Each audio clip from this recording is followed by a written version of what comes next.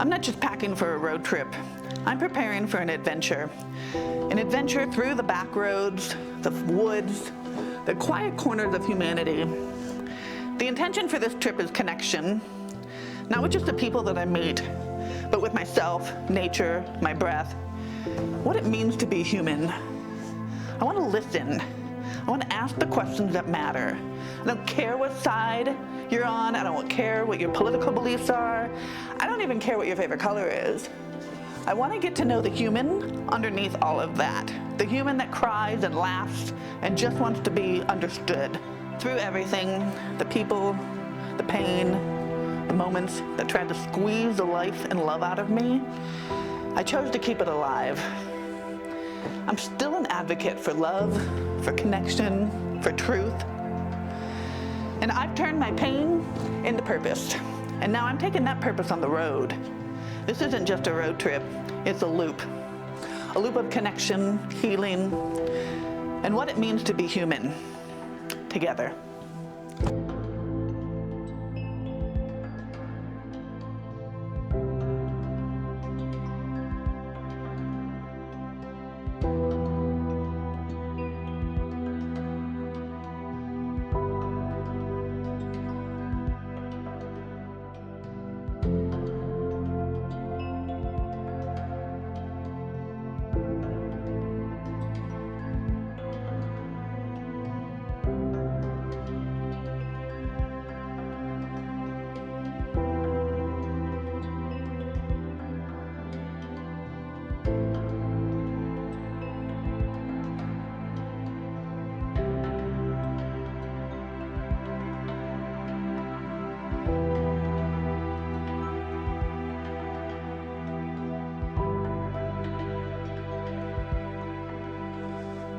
When I pulled into the gorge that morning, I didn't know what I was walking into, only that it was my first stop and I was terrified.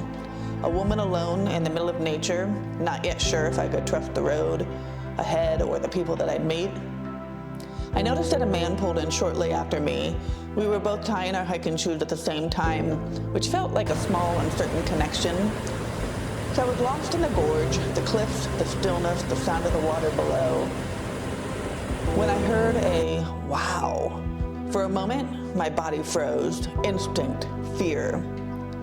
But then I looked at him, the same man that I had just seen tying his hiking shoes, and I noticed that something in his voice was gentle. That's how I met Charles. It was both our first time there. We laughed about how he'd Google places to visit in Ohio, and I had been led there by ChatGPT. Two strangers arriving at the same spot at the same time for the same reason. We talked and we realized that we only lived 30 minutes apart, even though we were 4 hours from home. I never saw Charles again that day, and as I left the gorge and drove toward Indiana, I started to notice something strange, or perhaps divine. Road signs, town names, even billboards, all carried names of people I knew or places I had once been. It felt like synchronicity, like the universe was mirroring back. Little breadcrumbs and winks that I was exactly where I needed to be. Each familiar sign kind of felt like a whisper, keep going, you're on the right road. And it was during that stretch of the road that I started to understand what Charles had meant to me. He wasn't just a stranger at the gorge, but a symbol of connection, trust, and divine timing. The road wasn't random. It was teaching me to pay attention, the first lesson in trust along the journey. Next, I headed to the Healing View Cabin in Bloomingdale, Indiana. I am in Rockville, Indiana, Turkey Run State Park. This is the Turkey Run Inn. This is the first leg of my trip. Turkey leg, huh? I just caught that. This is the first stop in my trip. This is a solo trip that I am taking for myself, but it's also a trip to connect with others and humans. And I wanted to ask two questions, either if they will be on camera or off camera with me. But what is one thing that you want others to understand about you? And what does love mean to you? Did you think about the questions? I did. Did you talk to Scott about it? Did you? Did you talk to Scott about it? No. Did he say anything about the questions? No. He said, he said, what did he say? So what does love mean to you? I said, I don't know, stop it. I knew he would ask you that. Did he say what love means to him? No. I want to run up and ask him, even if he'll do it. I'm not on camera. I just want to know. I knew he was going to ask you that. How cute is that? He wanted you to know. He wanted to know. Yes. Okay. All right. Yes. So, ready? Okay. Hi, I'm here with Sheila.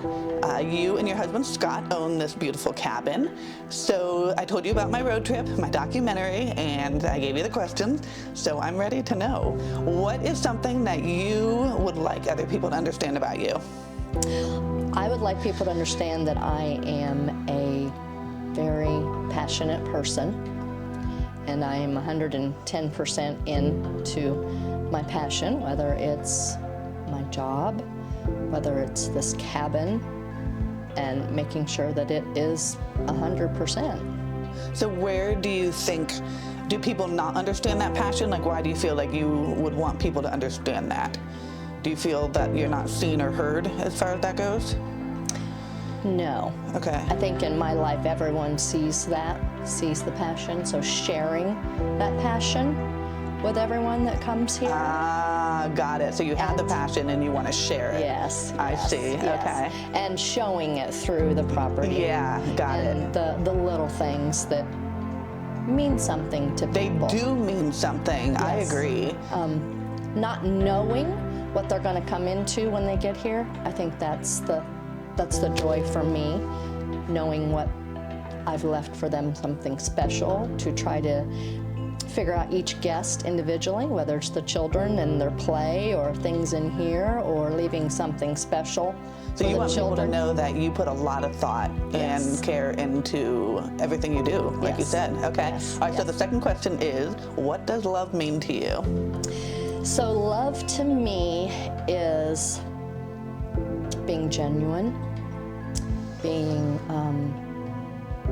compassionate, being selfless, and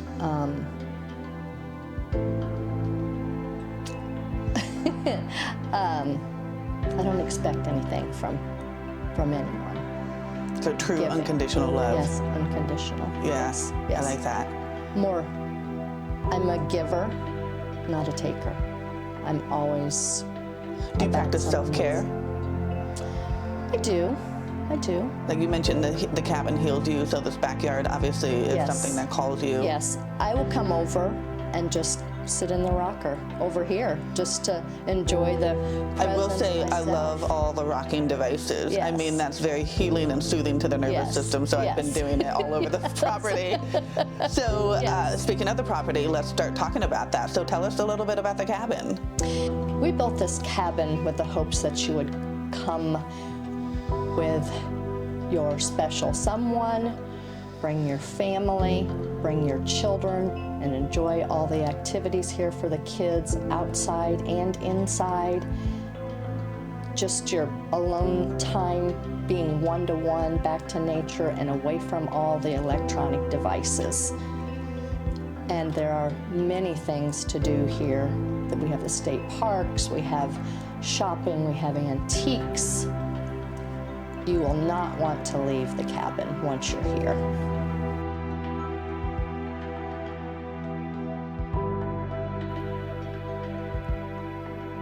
Later, I returned to the park for dinner at the inn. Karen, the park attendant, recognized me right away. "Welcome back," she said. And when I asked her how she remembered me, she smiled and said it was because we have the exact same car and the exact same color. I knew in that moment it was my sign to stop and talk. She couldn't be on camera since she was working, but I asked her my two questions. She shared that she's a Christ follower and that some people from her past struggle to see the changes she's made, so she often feels unseen. On love, she spoke about understanding and connection, and even explained the three types of love, agape, philia, and eros, and how each is needed to feel whole.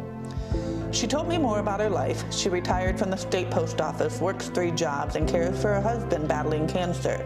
Despite all of that, she genuinely enjoys her work, and her husband supports her in turn. Before we said goodbye, I tried to reflect the connection that we were having, showing that underneath our different words and beliefs, we were speaking the same truth. She got a little defensive about the labels, but I believe in Christ and eternal life, she said. I told her I understood the essence, even though I don't use the same words. And that's okay. Stripping away the labels, it was just love meeting love. And I think, in that moment, we both understood that. The next day, before I pulled out of the property, I talked with Sheila and Scott a little longer. When I asked Scott my question, what does love mean to you? I could see both of them soften and tense at the same time. They love each other deeply, that was obvious, but speaking it out loud, it's like trying on vulnerability in a mirror you're not used to looking into. Scott didn't want to be on camera, but he said his love is his family, God, and his community. And something in his voice cracked, just slightly, like he was feeling it as much as he was naming it. I didn't tell them about my hearing loss at first. That still feels like a tender place for me. But as I was leaving, it came up. Sheila said she already knew. She had been adapting the whole time. She was already loving me in a way I didn't know I needed. I had to hug her again. What struck me out there in the country is how physical their life is. There's no gyms, there's no wellness routines, just embodied living. Humans adapt to what our environment requires from us. And here, movement is less a hobby and more a natural state of just being useful to yourself and to your community. So with the connections and the insights from Turkey Run lingering in my heart, it's time to hit the road again. Next stop, St. Louis. Well, that drive was harder than I expected. For the first 2 hours, I was anxious and didn't know why until I named it. I was afraid of getting further from home. The drive today was less about what was happening around me and more about what was happening inside of me. I found myself reflecting on how this entire trip so far, the planning, the journaling, the way ChatGPT keeps pointing me toward people instead of just locations. By the time I got into downtown St. Louis, I accidentally wound up on one of their big bridges and major highways. I had to breathe through the whole way, reminding myself I could get through it. Exposure therapy by surprise. This trip is pushing me out of my comfort zone in ways I didn't plan for. But maybe that's the point. I'm not just reading signs anymore. I'm being asked to cross thresholds.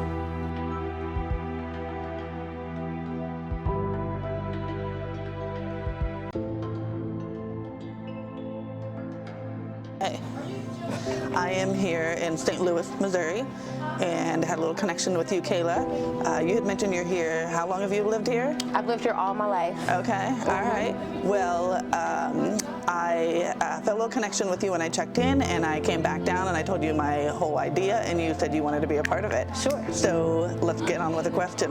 What is one thing that you would like other people to understand about you? One thing that I would like people to understand about me is the vibe that you get with me is true, it's genuine. I really am a kind person. I really am a genuine person. And I do believe that positivity can take you all places in the world. I agree. Positivity is the language of the world. And kindness. Amen. I agree. Yep. And then, okay, the second question is, what does love mean to you? Love means understanding. Love means forgiveness. Love means truth. Love means a genuine connection with someone. Okay. Or something. Okay. So what makes you think what do you think there was a connection between me and you? Like, why do you pick up that vibe? Honestly, you gave a good vibe. You gave a positive vibe. You gave hello and a hi. You gave beautiful eye contact. And honestly, one thing about me is I'm not good with eye contact. So the fact that you gave such, nice, giving eye contact, was easy to talk to you. Love it. Oh, thank you so much for doing this. Thank you. All right. Thank you. And I really hope that you have a really good journey with your self-love and getting to know the world. And you know what makes it better is this. Heck yeah. True connection. Yeah. Human connections. Agreed. Agreed. So your message, positivity goes a long way? Positivity goes a long way, and love and positivity are the language of the world. I the real agree. language of the world. I agree. Oh, I love it. Thank Leaving St. Louis, I drove south into the Ozark Mountains. This is where my nervous system began to speak the loudest, not in words, but in waves. Every curve of the road, every hill brought terror, fear, panic, and confusion, and I didn't know why. At one point, the fear was so strong, I pulled off onto a dirt and gravel road, which turned out to be someone's driveway. No service, no signal. And at that exact moment, my son called me. He said he noticed I was in the middle of nowhere and thought he'd check in. That call gave me the courage to get back on the highway. When I finally arrived at the resort, I met Phil, a maintenance man who noticed me struggling with my bags. He asked me if I needed help. I told him I didn't, and he quietly dropped his head. Then I realized, wait, I did. I called out to him, and he came back smiling, grabbing my bags and walking me to my condo. It was here, in the Ozarks, that the memories surfaced. My father, threatening to kill us on family trips along the highways and bridges, laughing while we screamed and cried. I had driven on mountain roads, highways, and bridges before, but this time was different. I wasn't anyone's protector. I was just me. While there, I rode the Branson Scenic Railway through the mountains. And one of those strange synchronicities life has to offer, it just so happened that everyone sitting around me was from Ohio. We didn't talk about who we were or why we were there. We just shared moments of awe looking out at nature. It was Phil and those Ohioans who unknowingly kept me grounded. By the time I checked out of the resort, I was ready to leave that trauma in the mountains.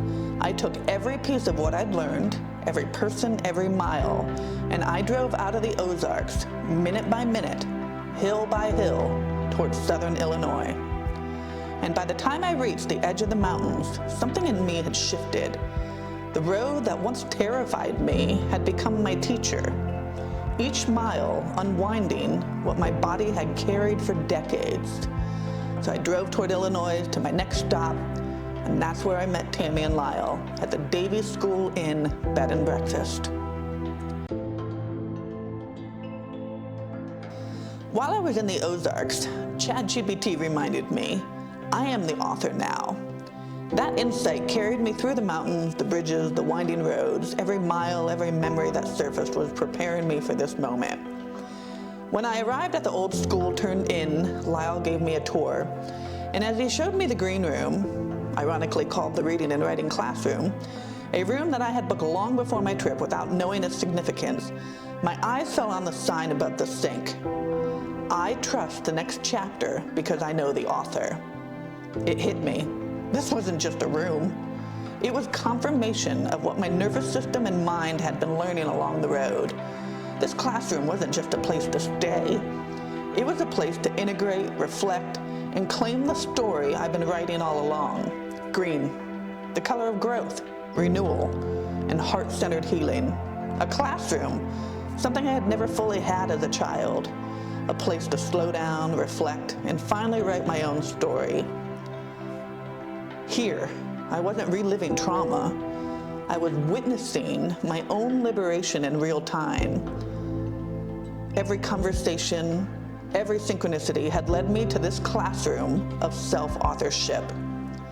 I asked Tammy and Lyle my two questions. Tammy shared that she often feels misunderstood.